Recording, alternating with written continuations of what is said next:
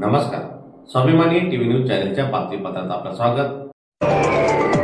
आदिवासी समुदाय व विकास या विषयावर धुळ्यात एक दिवसीय कार्यशाळेचे करण्यात आले आयोजन. नवी दिल्ली अंतर्गत आदिवासी समुदाय व विकास या विषयावर एक दिवसीय विद्यापीठस्तरीय कार्यशाळेचे धुळ्यात आयोजन करण्यात आले.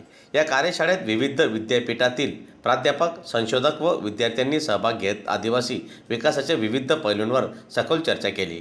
दरम्यान या कार्यशाळेमुळे संशोधन व धोरण निर्मितीस चालना मिळणार असून आदिवासी समुदायाच्या सर्वांगीण विकासासाठी सकारात्मक दिशा मिळेल असा विश्वास आयोजकांनी यावेळी व्यक्त केला. दरम्यान कार्यक्रमात आदिवासी समाजाच्या शैक्षणिक, सामाजिक व आर्थिक उन्नतीसाठी राबविण्यात येणाऱ्या योजनांवर मार्गदर्शन करण्यात आले. तज्ज्ञ व्यक्तींनी आदिवासी भागातील समस्या व त्यातील उपाययोजनेबाबत देखील महत्त्वपूर्ण विचार यावेळी मांडले. शाळेतून शिकवलं जायचं, आदिवासी बांधवांना पुढं कसं आणायचं, त्या माध्यमातून शासनाचा एक प्रकल्प होता. तुम्ही ते गीत पण गायलं, जे तुमच्या आजही सातपुड्यामध्ये ते गीत गायलं जातं. आणि वाघाचा बछडाच आहे आदिवासी, ही एक ताकद आहे. आजही भारताच्या इतिहासाचा विचार करा तर मूळ नागरिक म्हणून आदिवासी बांधव आहेत मित्रांनो. आदिवासी बांधवांचं स्वातंत्र्याच्या याच्यात देखील खूप मोठं योगदान आहे.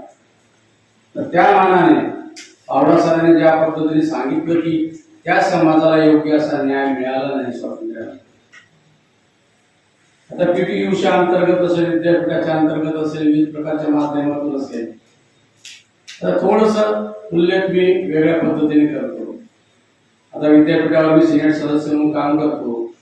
त्याच्यामुळे क्रीडा परिषदेवर असेल किंवा विविध प्रकारच्या त्या कमिटीज मध्ये मी काम करतो.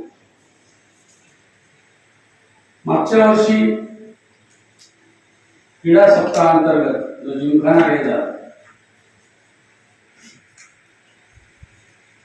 त्यातल्या मॅक्झिमम पारितोषिक ही सगळी आदिवासी क्रीडापटूंनी मिळवली मित्रांनो. म्हणजे 100 लोकांचा सत्कार झाला असेल तर कमीत कमी 60% मुलं, 60% विद्यार्थी, खेळाडू हे आदिवासी.